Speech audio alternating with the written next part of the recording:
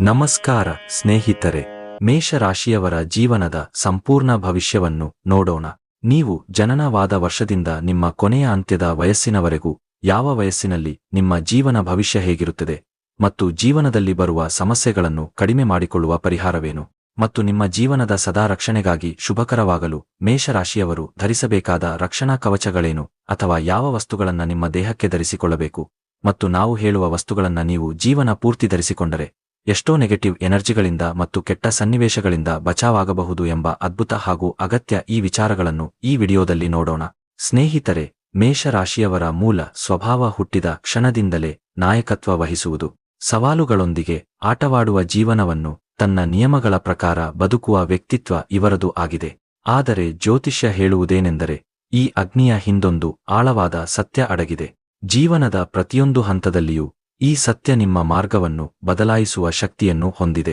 ಕೆಲವೊಮ್ಮೆ ಅತಿ ದೊಡ್ಡ ಯಶಸ್ಸಿನ ಶಿಖರವನ್ನು ತಲುಪಿಸುತ್ತವೆ, ಮತ್ತೊಮ್ಮೆ ಸಂಬಂಧಗಳ ಕಠಿಣ ಪರೀಕ್ಷೆಗೆ ನಿಲ್ಲಿಸುತ್ತವೆ. ಕೆಲವೊಮ್ಮೆ ಸಂತಾನ ಸುಖದ ಆಶೀರ್ವಾದ ನೀಡುತ್ತವೆ, ಮತ್ತೊಮ್ಮೆ ಅದಕ್ಕೆ ಸಂಬಂಧಿಸಿದ ಸವಾಲುಗಳನ್ನು ಎದುರಿಸಬೇಕಾಗುತ್ತದೆ. ಇವತ್ತಿನ ಈ ವಿಡಿಯೋದಲ್ಲಿ ನಾವು ಮೇಷರಾಶಿಯವರ ಜೀವನದ ಕೆಲವು ಪ್ರಮುಖ ಸತ್ಯಗಳನ್ನು ತಿಳಿಸಿಕೊಡಲಿದ್ದೇವೆ. ಈ ಸತ್ಯಗಳು ಅವರ ಜೀವನದ ಮೇಲೆ ಗ್ರಹ ನಕ್ಷತ್ರಗಳ ಪ್ರಭಾವದಿಂದ ಉಂಟಾಗುತ್ತವೆ ಮತ್ತು ಅವುಗಳನ್ನು ತಪ್ಪಿಸುವುದು ಅಷ್ಟೊಂದು ಸುಲಭವಲ್ಲ. ನೀವು ಈ ಸತ್ಯಗಳನ್ನು ತಿಳಿದುಕೊಳ್ಳಲು ಸಿದ್ಧರಾಗಿದ್ದರೆ ನಮ್ಮೊಂದಿಗೆ ಈ ವಿಡಿಯೋವನ್ನು ಕೊನೆವರೆಗೂ ನೋಡಿದರೆ ಅಮೂಲ್ಯ ವಿಷಯಗಳನ್ನು ತಿಳಿದುಕೊಳ್ಳುತ್ತೀರಿ. ಈ ವಿಷಯಗಳು ನೀವು ಕಷ್ಟದ ಸಮಯದಲ್ಲಿ ನಿಮಗೆ ತುಂಬಾನೇ ಸಹಾಯ ಮಾಡುತ್ತೆ. ಮೇಷರಾಶಿಯವರ ಮೊದಲ ಸತ್ಯವೆಂದರೆ ಮೇಷರಾಶಿಯಲ್ಲಿ ಜನಿಸಿದವರು ಅಗ್ನಿತತ್ವದ ಪ್ರಭಾವದಲ್ಲಿ ಹುಟ್ಟಿದವರು. ಈ ಕಾರಣದಿಂದಲೇ ಇವರಲ್ಲಿ ಬಾಲ್ಯದಿಂದಲೇ ವಿಭಿನ್ನವಾದ ಶಕ್ತಿ, ಹಠ ಮತ್ತು ಧೈರ್ಯ ಕಾಣಬಹುದು. ಜನನದಿಂದ 18 ವರ್ಷಗಳ ವಯಸ್ಸಿನವರೆಗೆ ಇವರ ಜೀವನದಲ್ಲಿ ಒಂದು ವಿಶೇಷ ಹಂತವಿರುತ್ತದೆ. ಇದು ಇವರನ್ನು ಇತರ ಮಕ್ಕಳಿಗಿಂತ ವಿಭಿನ್ನರನ್ನಾಗಿ ಮಾಡುತ್ತದೆ. ಜ್ಯೋತಿಷ್ಯ ಶಾಸ್ತ್ರದ ಪ್ರಕಾರ ಈ ಅವಧಿಯಲ್ಲಿ ಇವರ ಸ್ವಾಮಿ ಗ್ರಹವಾದ ಮಂಗಳನು ಇವರ ಸ್ವಭಾವ ಮತ್ತು ಚಟುವಟಿಕೆಗಳ ಮೇಲೆ ಹೆಚ್ಚಿನ ಪ್ರಭಾವ ಬೀರುತ್ತಾನೆ. ಅದಕ್ಕಾಗಿ ಇವರು ಕೆಲವೊಮ್ಮೆ ತುಂಬಾ ಚಂಚಲ, ಕೋಪಿಷ್ಟ ಅಥವಾ ತುರ್ತು ನಿರ್ಧಾರಗಳನ್ನು ತೆಗೆದುಕೊಳ್ಳುವವರಾಗಿ ಕಾಣಬಹುದು. ಇವರು ಅಧ್ಯಯನದಲ್ಲಿ ಏಕಾಗ್ರತೆ ಸಾಧಿಸಲು ಸ್ವಲ್ಪ ಸಮಯವನ್ನು ತೆಗೆದುಕೊಳ್ಳುತ್ತಾರೆ, ಏಕೆಂದರೆ ಇವರ ಮನಸ್ಸು ಸದಾ ಹೊಸದನ್ನು ಹುಡುಕುವ ಮತ್ತು ಸದಾ ಹೊಸದನ್ನು ಮಾಡುವುದರಲ್ಲಿ ತಲೀನವಾಗಿರುತ್ತದೆ. ಕುಟುಂಬದ ಹಿರಿಯ ಸದಸ್ಯರ ಗದರಿಕೆಯಿಂದ ಇವರು ಕೆಲವೊಮ್ಮೆ ನೋವನ್ನು ಅನುಭವಿಸಬಹುದು, ಏಕೆಂದರೆ ಇವರ ಸ್ವಭಾವ ಸ್ವಾಭಿಮಾನದಿಂದ ತುಂಬಿರುತ್ತದೆ. ಈ ವಯಸ್ಸಿನಲ್ಲಿ ಇವರ ಹಠ ಹೆಚ್ಚು ಕಾಣಬಹುದು. ತಮ್ಮ ಮಾತು ಸರಿಯಾಗಿರಲಿ ಅಥವಾ ತಪ್ಪಾಗಿರಲಿ ಅದನ್ನು ಅಷ್ಟು ಈಸಿಯಾಗಿ ಇವರು ಬಿಟ್ಟುಬಿಡುವುದಿಲ್ಲ. ಜ್ಯೋತಿಷ್ಯ ಶಾಸ್ತ್ರ ಹೇಳುವುದೇನೆಂದರೆ ಈ ಸಮಯದಲ್ಲಿ ಇವರ ಶಕ್ತಿಯನ್ನು ಸರಿಯಾದ ದಿಕ್ಕಿನಲ್ಲಿ ಹರಿಸಲಾಗದಿದ್ದರೆ ಅಧ್ಯಯನ, ಕ್ರೀಡೆ ಅಥವಾ ಹವ್ಯಾಸಗಳಲ್ಲಿ ಸ್ಥಿರತೆ ಸಾಧಿಸಲು ಕಷ್ಟಪಡುತ್ತಾರೆ. ಆದರೆ ಈ ಅವಧಿಯ ಸಕಾರಾತ್ಮಕ ಅಂಶಗಳು ಬಹಳ ಬಲವಾದವು. ಇವರಲ್ಲಿ ನಾಯಕತ್ವದ ಗುಣ ಜನ್ಮಸಿದ್ಧವಾಗಿದೆ. ಶಾಲೆಯ ಕ್ರೀಡಾಂಗಣವಾಗಲಿ ಅಥವಾ ಮನೆಯ ಯಾವುದೇ ಸಣ್ಣ ಕೆಲಸವಾಗಲಿ ಇವರು ಯಾವಾಗಲೂ ಮಾಡುವುದರಲ್ಲಿ ಮುಂಚೂಣಿಯಲ್ಲಿರುತ್ತಾರೆ. ಇವರ ಕಲ್ಪನೆ ಶಕ್ತಿ ಮತ್ತು ಧೈರ್ಯ ಇವರನ್ನು ಚಿಕ್ಕ ವಯಸ್ಸಿನಿಂದಲೇ ದೊಡ್ಡ ಕನಸುಗಳನ್ನು ಕಾಣಲು ಪ್ರೇರೇಪಿಸುತ್ತವೆ. ಕುಟುಂಬವು ಇವರಿಗೆ ಪ್ರೀತಿ, ಮಾರ್ಗದರ್ಶನ ಮತ್ತು ಸರಿಯಾದ ಅವಕಾಶ ಒದಗಿಸಿದರೆ ಇವರು ಅಧ್ಯಯನ, ಕ್ರೀಡೆ ಮತ್ತು ಸೃಜನಾತ್ಮಕ ಚಟುವಟಿಕೆಗಳಲ್ಲಿ ಮಿಂಚುತ್ತಾರೆ. ಮೇಷರಾಶಿಯವರ ಎರಡನೇ ಸತ್ಯವೆಂದರೆ ಈ ರಾಶಿಯವರಿಗೆ 18 ರಿಂದ 30 ವರ್ಷದವರೆಗೆ ಜೀವನದ ಅತ್ಯಂತ ಉತ್ಸಾಹಭರಿತ ಮತ್ತು ನಿರ್ಣಾಯಕ ಕಾಲವಾಗಿರುತ್ತದೆ. ಈ ಅವಧಿಯಲ್ಲಿ ಮಂಗಳ ಗ್ರಹದ ಪ್ರಬಲ ಶಕ್ತಿ ಇವರ ಸ್ವಭಾವದಲ್ಲಿ ವೇಗ, ಆತ್ಮವಿಶ್ವಾಸ ಮತ್ತು ಅಪಾಯವನ್ನು ಸ್ವೀಕರಿಸುವ ಧೈರ್ಯವನ್ನು ತುಂಬುತ್ತದೆ. ಕಾಲೇಜು, ವೃತ್ತಿ ಜೀವನದ ಆರಂಭ, ಸ್ಪರ್ಧಾತ್ಮಕ ಪರೀಕ್ಷೆಗಳು ಅಥವಾ ವ್ಯವಹಾರ ಯಾವ ಕ್ಷೇತ್ರವಾಗಿದ್ದರೂ ಇವರು ತಮ್ಮನ್ನು ಸಾಬೀತುಪಡಿಸಲು ಪ್ರಯತ್ನಿಸುತ್ತಾರೆ. ಆದರೆ ಇವರ ಸ್ವಭಾವ ಹಲವಾರು ಬಾರಿ ಇವರಿಗೆ ನಕಾರಾತ್ಮಕ ಪರಿಣಾಮಗಳನ್ನು ತರುತ್ತದೆ. ತಪ್ಪು ವ್ಯಕ್ತಿಗಳ ಮೇಲೆ ನಂಬಿಕೆಯಿಡುವುದು, ಯೋಚಿಸದೆ ತಕ್ಷಣ ನಿರ್ಧಾರ ತೆಗೆದುಕೊಳ್ಳುವುದು ಮತ್ತು ಅಸಹನೆಯಿಂದ ಮಧ್ಯದಲ್ಲಿ ಕೆಲಸ ಬಿಟ್ಟುಬಿಡುವುದು ಇವುಗಳೆಲ್ಲ ಇವರ ದೊಡ್ಡ ಸವಾಲುಗಳು ಆಗಿದೆ. ಈ ಅವಧಿಯಲ್ಲಿ ಪ್ರೇಮ ಸಂಬಂಧಗಳಲ್ಲೂ ಮೇಷರಾಶಿಯವರು ತುಂಬಾ ಭಾವನಾತ್ಮಕ ಮತ್ತು ಆಕರ್ಷಕರಾಗಿರುತ್ತಾರೆ. ಆದರೆ ಬೇಗ ಕೋಪಗೊಳ್ಳುವುದು ಮತ್ತು ಅಹಂಕಾರದಿಂದ ವರ್ತಿಸುವುದು ಇವರ ಸಂಬಂಧಗಳಲ್ಲಿ ಬಿರುಕು ಉಂಟುಮಾಡಬಹುದು. ಮೇಷರಾಶಿಯವರ ಜೀವನದ ಮೂರನೇ ಸತ್ಯವೆಂದರೆ ಜ್ಯೋತಿಷ್ಯದ ಪ್ರಕಾರ 25 ರಿಂದ 30 ವರ್ಷದೊಳಗೆ ಮೇಷರಾಶಿಯವರಿಗೆ ಸಾಡೆ ಸಾತಿಯು ಪ್ರಾರಂಭವಾಗುವ ಸಾಧ್ಯತೆ ಇರುತ್ತದೆ. ಈ ಸಮಯದಲ್ಲಿ ವೃತ್ತಿಜೀವನ ಮತ್ತು ಹಣಕಾಸಿನಲ್ಲಿ ಏರುಪೇರುಗಳು ಸಂಭವಿಸಬಹುದು. ಕೆಲವರಿಗೆ ಉದ್ಯೋಗ ಬದಲಾಯಿಸುವ ಅವಶ್ಯಕತೆ ಬರಬಹುದು, ಮತ್ತೊಬ್ಬರಿಗೆ ಓದು ಮುಂದುವರೆಸುತ್ತಲೇ ಆರ್ಥಿಕ ಜವಾಬ್ದಾರಿಗಳನ್ನು ನಿರ್ವಹಿಸುವ ಪರಿಸ್ಥಿತಿ ಎದುರಾಗಬಹುದು. ಆದರೆ ಮಂಗಳ ಗ್ರಹದ ಶಕ್ತಿ ಇವರಿಗೆ ಎಷ್ಟು ಬಾರಿ ಬಿದ್ದರೂ ಮತ್ತೆ ಎದ್ದು ನಿಲ್ಲುವ ಶಕ್ತಿ ನೀಡುತ್ತದೆ. ಈ ವಯಸ್ಸಿನಲ್ಲಿ ಕ್ರೀಡೆ, ಸೇನೆ, ಪೊಲೀಸ್ ಇಲಾಖೆ, ಇಂಜಿನಿಯರಿಂಗ್, ಕ್ರೀಡಾ ನಿರ್ವಹಣೆ ಕ್ಷೇತ್ರಗಳಲ್ಲಿ ಯಶಸ್ಸು ಸಾಧಿಸುವ ಸಾಧ್ಯತೆ ಹೆಚ್ಚಿರುತ್ತದೆ. ಮೇಷರಾಶಿಯ ಸಕಾರಾತ್ಮಕ ಅಂಶವೆಂದರೆ ಈ ಸಮಯವು ಇವರಿಗೆ ತಮ್ಮ ಗುರುತನ್ನು ನಿರ್ಮಿಸಲು, ಆತ್ಮವಿಶ್ವಾಸವನ್ನು ಹೆಚ್ಚಿಸಲು ಮತ್ತು ಜೀವನದ ದೊಡ್ಡ ಗುರಿಗಳತ್ತ ಮೊದಲ ಹೆಜ್ಜೆಯನ್ನು ಇಡುವುದಕ್ಕೆ ಅತ್ಯುತ್ತಮವಾಗಿರುತ್ತದೆ. ಮೇಷರಾಶಿಯನ್ನು ತಮ್ಮ ಶಕ್ತಿಯನ್ನು ಸರಿಯಾದ ದಾರಿಯಲ್ಲಿ ಬಳಸಿದರೆ, ಕೋಪವನ್ನು ನಿಯಂತ್ರಿಸಿದರೆ ಮತ್ತು ಅನುಭವಿಗಳ ಸಲಹೆಗಳನ್ನು ಅನುಸರಿಸಿದರೆ 18 ರಿಂದ 30ರ ವಯಸ್ಸಿನ ಅವಧಿ ಇವರಿಗೆ ಶಿಸ್ತುಬದ್ಧವಾದ ಭವಿಷ್ಯ ರೂಪಿಸುವ ಚಿನ್ನದ ಕಾಲವಾಗುತ್ತದೆ. ಮೇಷರಾಶಿಯವರ ಜೀವನದ 4ನೇ ಸತ್ಯವೆಂದರೆ ಮೇಷರಾಶಿಯವರ ಜೀವನ 30 ರಿಂದ 40 ವರ್ಷದ ವಯಸ್ಸಿನಲ್ಲಿ ಹೊಸ ತಿರುವನ್ನು ಎದುರಿಸುತ್ತಾರೆ. ಜ್ಯೋತಿಷ್ಯ ಶಾಸ್ತ್ರದ ಪ್ರಕಾರ ಈ ಅವಧಿ ಜೀವನದ ಅತ್ಯಂತ ದೊಡ್ಡ ಜವಾಬ್ದಾರಿಗಳು, ಸಂಕಷ್ಟಗಳು ಮತ್ತು ಆತ್ಮವಿಕಾಸದ ಸಮಯವಾಗಿದೆ. ಈ ಸಮಯದಲ್ಲಿ ಶನಿ ಮತ್ತು ರಾಹು ಗ್ರಹಗಳ ಪ್ರಭಾವದಿಂದ ಕೆಲವೊಮ್ಮೆ ಮಾನಸಿಕ ಒತ್ತಡ ಮತ್ತು ಅಸ್ಥಿರತೆಯ ಸಮಸ್ಯೆಗಳು ಎದುರಾಗಬಹುದು. ಉದ್ಯೋಗ ಅಥವಾ ವ್ಯಾಪಾರದಲ್ಲಿ ಅನಿರೀಕ್ಷಿತ ಸವಾಲುಗಳು ಬರುವ ಸಾಧ್ಯತೆಯಿದೆ. ಕೆಲವೊಮ್ಮೆ ಕೆಲಸದಲ್ಲಿ ಅಡೆತಡೆ, ಕೆಲವೊಮ್ಮೆ ತಮ್ಮದೇ ಜನರೊಂದಿಗೆ ಸ್ಪರ್ಧೆ ಮಾಡಬಹುದಾಗಿರುತ್ತದೆ. ವಿವಾಹಿತ ಜೀವನದಲ್ಲಿಯೂ ಈ ಸಮಯದಲ್ಲಿ ಪ್ರಮುಖ ತಿರುವುಗಳು ಸಂಭವಿಸುತ್ತವೆ. ಗಂಡನ ಮನೆತನ ಸಂಬಂಧದಲ್ಲಿ ಅಹಂಕಾರ ಮತ್ತು ಹಠದಿಂದ ಸಂಘರ್ಷದ ಪರಿಸ್ಥಿತಿಗಳು ಉಂಟಾಗಬಹುದು. ವಿಶೇಷವಾಗಿ ಇಬ್ಬರು ತಮ್ಮ ಅಭಿಪ್ರಾಯಗಳಿಗೆ ಬದಲಾಗದೇ ಇರುವಾಗ ಆರ್ಥಿಕವಾಗಿ ಈ ಸಮಯ ಏರುಪೇರುಗಳಿಂದ ತುಂಬಿರಬಹುದು. ಕೆಲವು ವೇಳೆ ಅಚಾನಕ್ಕಾಗಿ ಹಣದ ಲಾಭ, ಮತ್ತೊಮ್ಮೆ ಅನಿರೀಕ್ಷಿತ ಖರ್ಚುಗಳು. ಆದರೆ ಈ ವಯಸ್ಸಿನ ವಿಶೇಷತೆ ಏನೆಂದರೆ ಧೈರ್ಯ ಮತ್ತು ಯಾವುದೇ ನಿರ್ಧಾರ ಕೈಗೊಳ್ಳುವ ಶಕ್ತಿ ತುಂಬಾನೇ ಬೆಳೆಯುತ್ತದೆ. ಮಂಗಳ ಗ್ರಹದ ಶಕ್ತಿ ಇವರಿಗೆ ಈ ಎಲ್ಲಾ ಅಡ್ಡಿಗಳನ್ನು ಗೆಲ್ಲುವ ಸಾಮರ್ಥ್ಯ ನೀಡುತ್ತದೆ. ಈ ಅವಧಿಯಲ್ಲಿ ಮೇಷರಾಶಿಯವರು ಸರಿಯಾದ ದಿಕ್ಕು ಮತ್ತು ಉತ್ತಮ ಸಂಗಾತಿಯನ್ನು ಆಯ್ಕೆ ಮಾಡಿದರೆ ತಮ್ಮ ವೃತ್ತಿ ಜೀವನವನ್ನು ಸ್ಥಿರಗೊಳಿಸಬಹುದು ಮತ್ತು ಜೀವನದ ಭದ್ರತೆಯ ಬೀಜಗಳನ್ನು ನೆಡುವ ಅವಕಾಶ ದೊರೆಯುತ್ತದೆ. ಕುಟುಂಬ ಮತ್ತು ಮನೆಯನ್ನು ನೋಡಿಕೊಳ್ಳುವ ಜವಾಬ್ದಾರಿ, ಸಂತೋಷ ಮತ್ತು ತೃಪ್ತಿ ಈ ವಯಸ್ಸಿನಲ್ಲಿ ಅನುಭವಿಸಬಹುದು. ಈ ಸಮಯದಲ್ಲಿ ಮೇಷರಾಶಿಯವರು ಆತುರದ ನಿರ್ಧಾರಗಳನ್ನು ತೆಗೆದುಕೊಳ್ಳದೆ ಕೋಪವನ್ನು ನಿಯಂತ್ರಿಸಿ ಧೈರ್ಯಪೂರ್ವಕವಾಗಿ ಮುಂದೆ ಸಾಗುವುದು ತುಂಬಾನೇ ಮುಖ್ಯ.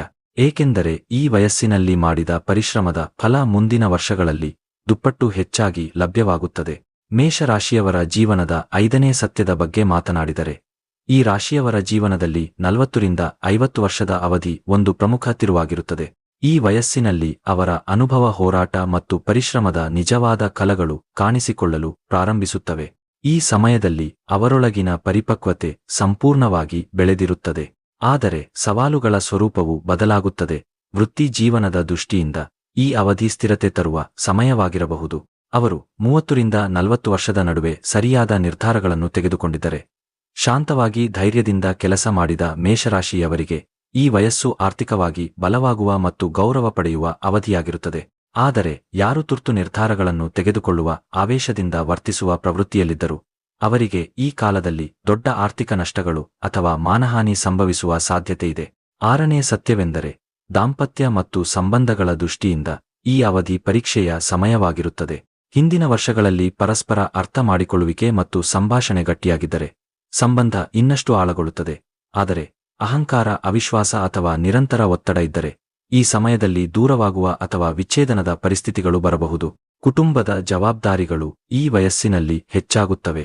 ವಿಶೇಷವಾಗಿ ಮಕ್ಕಳ ವೃತ್ತಿ ಜೀವನ, ಮದುವೆ ಮುಂತಾದ ಚಿಂತೆಗಳು ಕೆಲವೊಮ್ಮೆ ಮಾನಸಿಕ ಒತ್ತಡವನ್ನು ಉಂಟುಮಾಡಬಹುದು. ಆರೋಗ್ಯದ ದೃಷ್ಟಿಯಿಂದ 40 ರಿಂದ 50 ವರ್ಷದ ವಯಸ್ಸಿನಲ್ಲಿ ಮೇಷರಾಶಿಯವರಿಗೆ ಎಲುಬುಗಳು, ಸಂಧಿಗಳು ಮತ್ತು ರಕ್ತದೊತ್ತಡದ ಸಂಬಂಧಿತ ಸಮಸ್ಯೆಗಳ ಅಪಾಯ ಹೆಚ್ಚಾಗುತ್ತದೆ. ಒತ್ತಡ ಮತ್ತು ಅಸಮತೋಲಿತ ಜೀವನಶೈಲಿ ಸಮಸ್ಯೆಗಳನ್ನು ಉಂಟುಮಾಡಬಹುದು. ಆದ್ದರಿಂದ ಯೋಗ, ಧ್ಯಾನ ಮತ್ತು ಸಮತೋಲಿತ ಆಹಾರವನ್ನು ಅನುಸರಿಸುವುದು ಅತ್ಯವಶ್ಯಕ. ಜ್ಯೋತಿಷ್ಯದ ದೃಷ್ಟಿಯಿಂದ ಈ ಅವಧಿಯಲ್ಲಿ ಶನಿಯ ಸಾಡೆಸಾತಿಯ ಪ್ರಭಾವ ಬಿದ್ದರೆ ನಿಮಗೆ ಜೀವನದಲ್ಲಿ ದೊಡ್ಡ ಪರೀಕ್ಷೆ ಎದುರಾಗಬಹುದು. ಆದರೆ ಗುರು ಅಥವಾ ಸೂರ್ಯನ ಕೃಪೆಯಿದ್ದರೆ ಈ ವಯಸ್ಸು ಶಾಶ್ವತ ಯಶಸ್ಸು, ಸಾಮಾಜಿಕ ಗೌರವ ಮತ್ತು ಆಂತರಿಕ ತೃಪ್ತಿಯನ್ನು ತರುವ ಕಾಲವಾಗುತ್ತದೆ. ಒಟ್ಟಿನಲ್ಲಿ ಈ ದಶಕ ಮೇಷರಾಶಿಯವರಿಗೆ ಕಲಿಸುವುದು ಏನೆಂದರೆ, ನಿಜವಾದ ವಿಜಯವೆಂದರೆ ಗುರಿ ಸಾಧಿಸುವುದಲ್ಲ, ಅದನ್ನು ಸ್ಥಿರವಾಗಿ ಮತ್ತು ಭದ್ರವಾಗಿ ಕಾಯ್ದುಕೊಳ್ಳುವುದಾಗಿದೆ. ಮೇಷರಾಶಿಯವರ 7ನೇ ಸತ್ಯವೆಂದರೆ ಮೇಷರಾಶಿಯವರಿಗೆ 50 ರಿಂದ 60 ವರ್ಷದ ವಯಸ್ಸು ಒಂದು ಮಹತ್ವದ ಹಂತವಾಗಿರುತ್ತದೆ. ಏಕೆಂದರೆ ಈ ಸಮಯದಲ್ಲಿ ಜೀವಾನುಭವ, ಬುದ್ಧಿವಂತಿಕೆ ಮತ್ತು ಜವಾಬ್ದಾರಿಗಳು ತುದಿಗಾಲಿನಲ್ಲಿ ನಿಂತಿರುತ್ತವೆ. ಈ ವಯಸ್ಸಿನ ಹೊತ್ತಿಗೆ ನೀವು ಜೀವನದಲ್ಲಿ ಅನೇಕ ಏರುಪೇರುಗಳನ್ನು ಕಂಡು ಈಗ ಯಾವ ಸಂಬಂಧ, ಯಾವ ಕೆಲಸ ಮತ್ತು ಯಾವ ಅಭ್ಯಾಸಗಳನ್ನು ಜೀವನದಲ್ಲಿ ಉಳಿಸಿಕೊಳ್ಳಬೇಕು, ಯಾವನ್ನು ಬಿಟ್ಟುಬಿಡಬೇಕು ಎಂಬುದನ್ನು ಚೆನ್ನಾಗಿ ಅರ್ಥ ಮಾಡಿಕೊಂಡಿರುತ್ತೀರಿ. ಜ್ಯೋತಿಷ್ಯದ ಪ್ರಕಾರ ಈ ವಯಸ್ಸಿನಲ್ಲಿ ಶನಿ ಮತ್ತು ಗುರುಗ್ರಹಗಳ ಪ್ರಭಾವ ನಿಮ್ಮ ಸಹನಶೀಲತೆ ಮತ್ತು ನಿರ್ಧಾರದ ಶಕ್ತಿಯನ್ನು ಬಲಪಡಿಸುತ್ತದೆ. ಆದರೆ ಜನನ ಕುಂಡಲಿಯಲ್ಲಿ ಮಂಗಳ ದುರ್ಬಲವಾಗಿದ್ದರೆ ದೇಹದ ಶಕ್ತಿ ಸ್ವಲ್ಪ ಕಡಿಮೆಯಾಗಲು ಆರಂಭವಾಗುತ್ತದೆ ಮತ್ತು ಹಳೆಯ ಕಾಯಿಲೆಗಳು ಮರುಕಳಿಸಬಹುದು. ವೃದ್ಧಿಜೀವನದ ದೃಷ್ಟಿಯಿಂದ ಈ ಅವಧಿ ಸ್ಥಿರತೆಯ ಕಾಲವಾಗಿದೆ, ಆದರೆ ತುರ್ತು ನಿರ್ಧಾರಗಳನ್ನು ತೆಗೆದುಕೊಳ್ಳುವುದು ಅಥವಾ ಹೊಸ ಅಪಾಯವನ್ನು ಸ್ವೀಕರಿಸುವುದು ಹಾನಿಕಾರಕವಾಗಬಹುದು. ಮೇಷರಾಶಿಯವರ 8ನೇ ಸತ್ಯವೆಂದರೆ 50ರಿಂದ 60ರ ವಯಸ್ಸಿನಲ್ಲಿ ಮೇಷರಾಶಿಯವರು ಕುಟುಂಬದಲ್ಲಿ ಮಾರ್ಗದರ್ಶಕ ಮತ್ತು ಆಧಾರಸ್ತಂಭದಂತೆ ಕಾಣಿಸುತ್ತಾರೆ. ಆದರೆ ತಮ್ಮ ನೇರ ಮತ್ತು ತೀಕ್ಷ್ಣವಾಗಿ ಮಾತನಾಡುವ ಸ್ವಭಾವದಿಂದ ಕೆಲವೊಮ್ಮೆ ಮಕ್ಕಳೊಂದಿಗೆ ಅಥವಾ ಜೀವನ ಸಂಗಾತಿಯೊಂದಿಗೆ ಭಿನ್ನಾಭಿಪ್ರಾಯಗಳು ಉಂಟಾಗಬಹುದು. ಈ ಸಮಯದಲ್ಲಿ ಮೇಷರಾಶಿಯವರು ಕಲಿಯಬೇಕಾದ ಮುಖ್ಯ ವಿಷಯವೆಂದರೆ ತಮ್ಮ ಅನುಭವ ಮತ್ತು ಜ್ಞಾನವನ್ನು ಕಠಿಣವಾಗಿ ಅಲ್ಲ, ಪ್ರೀತಿ ಮತ್ತು ಸಹನೆಯೊಂದಿಗೆ ಹಂಚಿಕೊಳ್ಳುವುದು. ಆರ್ಥಿಕ ದೃಷ್ಟಿಯಿಂದ ನೀವು ವೆಚ್ಚ ಮತ್ತು ಹೂಡಿಕೆಯಲ್ಲಿ ಸಮತೋಲನವನ್ನು ಕಾಪಾಡಿಕೊಂಡರೆ ಈ ಅವಧಿ ಅತ್ಯುತ್ತಮವಾಗಿರಬಹುದು. ಆಧ್ಯಾತ್ಮಿಕ ದೃಷ್ಟಿಯಿಂದಲೂ ಈ ವಯಸ್ಸು ಅನುಕೂಲಕರ. ಮಂಗಳನ ಪ್ರಭಾವದಿಂದ ಧಾರ್ಮಿಕ ಪ್ರವಾಸ, ಪೂಜೆಪಾಠ ಅಥವಾ ಧ್ಯಾನ ಸಾಧನೆಯತ್ತ ಆಕರ್ಷಣೆ ಹೆಚ್ಚಾಗುತ್ತದೆ.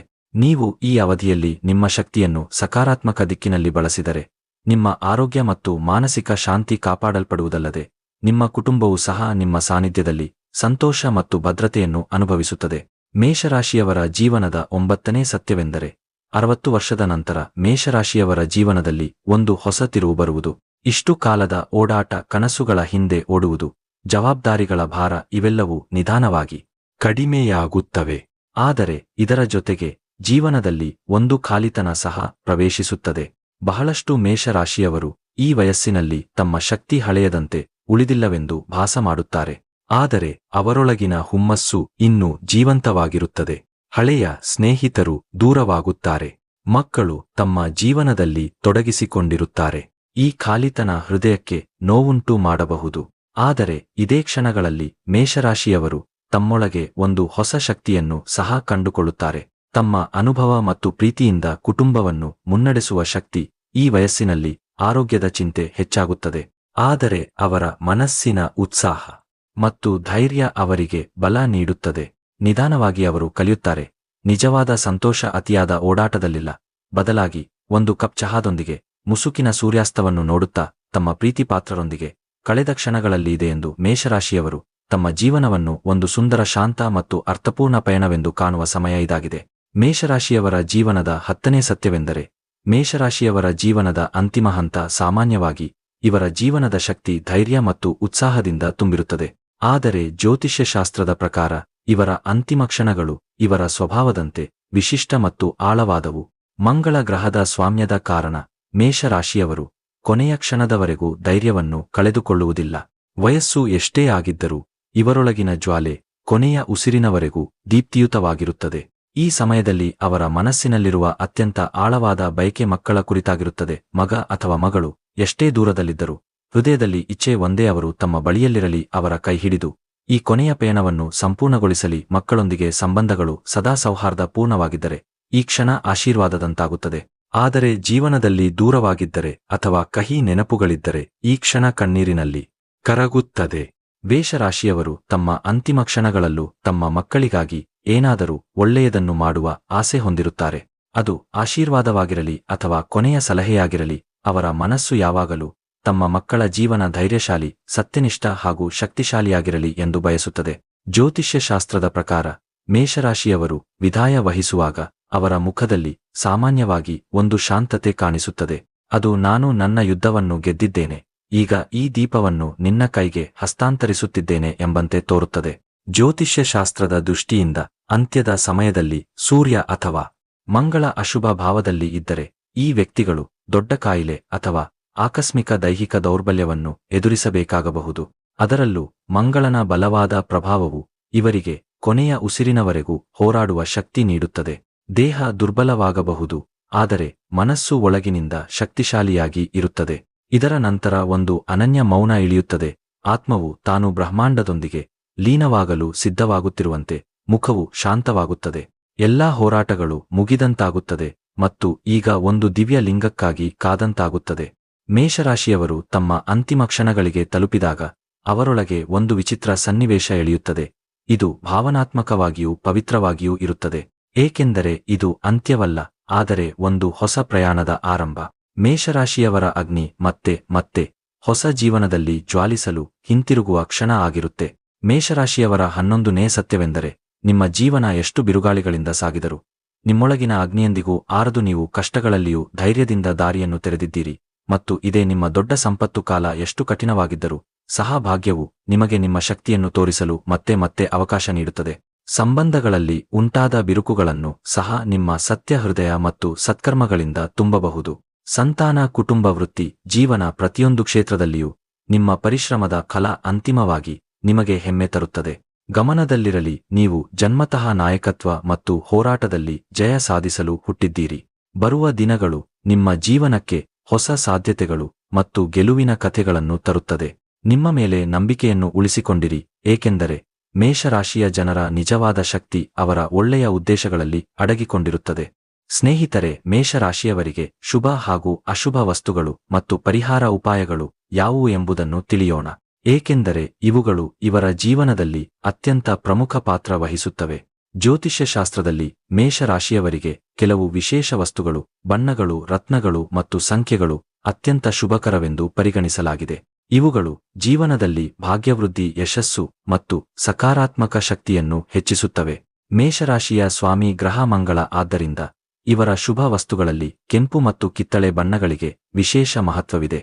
ಜೀವನದಲ್ಲಿ ಪ್ರಗತಿಗಾಗಿ ಮೇಷರಾಶಿಯವರು ತಾಮ್ರದ ಕಡಗ ಅಥವಾ ಉಂಗುರವನ್ನು ಧರಿಸಬಹುದು. ಹಾಗೆಯೇ ಕೆಂಪು ಹವಳದ ಕಲ್ಲು ಅಥವಾ ಹವಳದ ರತ್ನವನ್ನು ಬಂಗಾರ ಅಥವಾ ತಾಮ್ರದಲ್ಲಿ ಅಳವಡಿಸಿಕೊಂಡು ಧರಿಸುವುದು ಇವರಿಗೆ ಅತ್ಯಂತ ಶುಭಫಲಕಾರಿ ಆಗಿರುತ್ತೆ. ಮಂಗಳವಾರದಂದು ಕೆಂಪು ಚಂದನ, ಬೆಲ್ಲ, ಕೆಂಪು ಬಟ್ಟೆಯನ್ನು ದಾನ ಮಾಡುವುದರಿಂದ ಮಂಗಳದೋಷ ಶಮನವಾಗಿ ಧೈರ್ಯ ಹಾಗೂ ಆತ್ಮವಿಶ್ವಾಸ ವೃದ್ಧಿಯಾಗುತ್ತದೆ. ಮನೆಯ ಪೂರ್ವ ದಿಕ್ಕಿನ ಗೋಡೆಯ ಮೇಲೆ ಕೆಂಪು ಬಣ್ಣದ ಶೋಪೀಸ್, ಕೆಂಪು ಹೂಗಳು ಅಥವಾ ತಾಮ್ರದ ಕಲಶವನ್ನು ಇಡುವುದರಿಂದ ಸಕಾರಾತ್ಮಕ ಶಕ್ತಿಯ ವಿಕೀರ್ಣವಾಗುತ್ತದೆ. ಪೂಜಾ ಪಾಠಗಳಲ್ಲಿ ರುದ್ರಾಕ್ಷಮಾಲೆ ಮತ್ತು ಕೆಂಪು ಆಸನದ ಬಳಕೆ ಕೂಡ ಮಂಗಳ ಗ್ರಹವನ್ನು ಪ್ರಸನ್ನಗೊಳಿಸುತ್ತದೆ. ಮೇಷರಾಶಿಯವರಿಗೆ ಶುಭ ಸಂಖ್ಯೆಗಳು 1 ಮತ್ತು 9 ಎಂದು ಪರಿಗಣಿಸಲಾಗಿದೆ. ಶುಭ ಬಣ್ಣಗಳಲ್ಲಿ ಕೆಂಪು, ಕಿತ್ತಳೆ ಹಾಗೂ ಚಿನ್ನದ ಬಣ್ಣ ಪ್ರಮುಖವಾಗಿವೆ. ಈ ಬಣ್ಣಗಳನ್ನು ನಿಯಮಿತವಾಗಿ ಬಟ್ಟೆಗಳಲ್ಲಿ, ಅಲಂಕಾರಗಳಲ್ಲಿ ಅಥವಾ ದಿನನಿತ್ಯದ ಬಳಕೆಯ ವಸ್ತುಗಳಲ್ಲಿ ಬಳಸುವುದರಿಂದ ಅದೃಷ್ಟ ಹೆಚ್ಚುತ್ತದೆ. ಇದರ ಜೊತೆಗೆ ಮಂಗಳವಾರ ಮತ್ತು ಭಾನುವಾರದಂದು ಹೊಸ ಕೆಲಸ ಪ್ರಾರಂಭಿಸುವುದು ಅಥವಾ ಪ್ರಮುಖ ನಿರ್ಧಾರ ತೆಗೆದುಕೊಳ್ಳುವುದು, ವಿಶೇಷವಾಗಿ ಲಾಭದಾಯಕ ವ್ಯಾಪಾರ ಅಥವಾ ಉದ್ಯೋಗದಲ್ಲಿ ಯಶಸ್ಸಿಗಾಗಿ ಮೇಷರಾಶಿಯವರು ಕೆಂಪು ಬಟ್ಟೆ ಅಥವಾ ರುಮಾಲನ್ನು ತಮ್ಮೊಂದಿಗೆ ಇಟ್ಟುಕೊಳ್ಳುವುದು ಒಳ್ಳೆಯದು. ಮತ್ತು ಪ್ರಮುಖ ಕಾರ್ಯಗಳ ಸಮಯದಲ್ಲಿ ಓಂ ಮಂಗಳಾಯ ನಮಃ ಮಂತ್ರವನ್ನು ಜಪಿಸುವುದು ಬಹಳ ಫಲಕಾರಿಯಾಗಿದೆ. ಸಾಧ್ಯವಾದರೆ ಮಾಣಿಕ್ಯ ಅಂದರೆ ರೂಬಿ ರತ್ನವನ್ನು ಧರಿಸುವುದು ಉತ್ತಮ, ಆದರೆ ಅದನ್ನು ಧರಿಸುವ ಮೊದಲು ತಿಳಿದಿರುವ ಜ್ಯೋತಿಷಿಯಿಂದ ಸಲಹೆ ಪಡೆಯುವುದು ಅವಶ್ಯಕ. ಈ ಎಲ್ಲಾ ಕ್ರಮಗಳು ನಿಮ್ಮ ಧೈರ್ಯ ಮತ್ತು ಅದೃಷ್ಟ ಎರಡನ್ನೂ ಬಲಪಡಿಸಿ ಧನದ ಪ್ರವಾಹವನ್ನು ಸ್ಥಿರಗೊಳಿಸುತ್ತವೆ. ಮೇಷರಾಶಿಯವರು ಪ್ರೇಮ ಮತ್ತು ದಾಂಪತ್ಯ ಜೀವನದಲ್ಲಿ ಯಶಸ್ಸನ್ನು ಪಡೆಯಲು ಜ್ಯೋತಿಷ್ಯಶಾಸ್ತ್ರದ ಪ್ರಕಾರ ಕೆಲವು ವಿಶೇಷ ಪರಿಹಾರಗಳನ್ನು ಅನುಸರಿಸಬಹುದು. ಇವು ಸಂಬಂಧಗಳಲ್ಲಿ ಸೌಹಾರ್ದತೆ ಮತ್ತು ಸ್ಥಿರತೆಯನ್ನು ತರುವಲ್ಲಿ ಸಹಾಯಕವಾಗುತ್ತವೆ. ಮೊದಲನೆಯದಾಗಿ, ಪ್ರತಿ ಶುಕ್ರವಾರ ಶ್ರೀ ಮಹಾಲಕ್ಷ್ಮಿ ಮತ್ತು ಶ್ರೀ ವಿಷ್ಣುದೇವರ ಸಂಯುಕ್ತ ಪೂಜೆ ಮಾಡಬೇಕು. ಪೂಜೆ ಸಂದರ್ಭದಲ್ಲಿ ಗುಲಾಬಿ ಅಥವಾ ಕೆಂಪು ಹೂಗಳನ್ನು ಸಮರ್ಪಿಸಬೇಕು. ಇದರಿಂದ ದಾಂಪತ್ಯ ಜೀವನದಲ್ಲಿ ಪ್ರೀತಿ, ಪರಸ್ಪರ ಅರ್ಥ ಮಾಡಿಕೊಳ್ಳುವಿಕೆ ಮತ್ತು ಶಾಂತಿ ಹೆಚ್ಚುತ್ತದೆ. ನೀವು ಅವಿವಾಹಿತರಾಗಿದ್ದರೆ ಪ್ರತಿ ಸೋಮವಾರ ಶಿವಲಿಂಗದ ಮೇಲೆ ನೀರು ಮತ್ತು ಬಿಲ್ವಪತ್ರೆ ಅರ್ಪಿಸುವಾಗ ಓಂ ನಮಃ ಶಿವಾಯ ಮಂತ್ರವನ್ನು ಜಪಿಸಬೇಕು. ಇದರಿಂದ ಉತ್ತಮ ಜೀವನ ಸಂಗಾತಿ ಸಿಗುವ ಸಾಧ್ಯತೆ ಹೆಚ್ಚುತ್ತದೆ. ಪತಿ ಪತ್ನಿಗಳ ಮಧ್ಯೆ ಸೌಹಾರ್ದತೆ ಮತ್ತು ಪ್ರೀತಿ ಕಾಪಾಡಲು ಹಾಸಿಗೆಯ ಕೋಣೆಯಲ್ಲಿ ಯಾವಾಗಲೂ ಮಂದ ಗುಲಾಬಿ ಅಥವಾ ಕ್ರೀಮ್ ಬಣ್ಣದ ಪರದೆ ಮತ್ತು ಹಾಸಿಗೆ ಇರಿಸಿಕೊಳ್ಳಬೇಕು. ಜೊತೆಗೆ ಪೂರ್ವ ಅಥವಾ ಉತ್ತರ ದಿಕ್ಕಿನಲ್ಲಿ ನಗುಮುಖದ ದಂಪತಿಯ ಚಿತ್ರ ಹಾಕಿಕೊಳ್ಳುವುದು ಉತ್ತಮ. ಶುಕ್ರವಾರದಂದು ಯಾವುದೇ ವಿವಾಹಿತ ಮಹಿಳೆಗೆ ಸಿಂಧೂರ ಮತ್ತು ಕೆಂಪು ಬಳೆಗಳನ್ನು ದಾನ ಮಾಡುವುದರಿಂದ ಮಂಗಳ ಮತ್ತು ಶುಕ್ರಗ್ರಹಗಳು ಶುಭವಾಗುತ್ತವೆ. ದಾಂಪತ್ಯ ಜೀವನದಲ್ಲಿ ಸ್ಥಿರತೆ ಬರುತ್ತದೆ. ಮಂಗಳವಾರದಂದು ಹನುಮಂತ ದೇವರಿಗೆ ಕೆಂಪು ವಸ್ತ್ರ ಸಮರ್ಪಿಸುವುದು ಮತ್ತು ಅವರ ಪಾದಗಳಲ್ಲಿ ಬೆಲ್ಲ ಮತ್ತು ಕಡಲೆ ಅರ್ಪಿಸುವುದು ಸಂಬಂಧಗಳಲ್ಲಿ ಉಂಟಾಗುವ ಒತ್ತಡವನ್ನು ಕಡಿಮೆ ಮಾಡುತ್ತದೆ. ಸಾಧ್ಯವಾದರೆ ಪ್ರತಿದಿನ ಬೆಳಗ್ಗೆ ಸೂರ್ಯೋದಯದ ಸಮಯದಲ್ಲಿ ಸಂಗಾತಿಯೊಂದಿಗೆ ಸೇರಿ ಸೂರ್ಯನಿಗೆ ನೀರು ಅರ್ಪಿಸುವುದು ಸಂಬಂಧದಲ್ಲಿ ಸಮನ್ವಯ, ಪ್ರೀತಿ ಮತ್ತು ಸಕಾರಾತ್ಮಕ ಶಕ್ತಿ ಹೆಚ್ಚಿಸುತ್ತದೆ. ಮೇಷರಾಶಿಯವರ ಜೀವನದಲ್ಲಿ ಕೆಲವು ವಸ್ತುಗಳು ಅವರ ಅದೃಷ್ಟವನ್ನು ಬಲಪಡಿಸುತ್ತವೆ.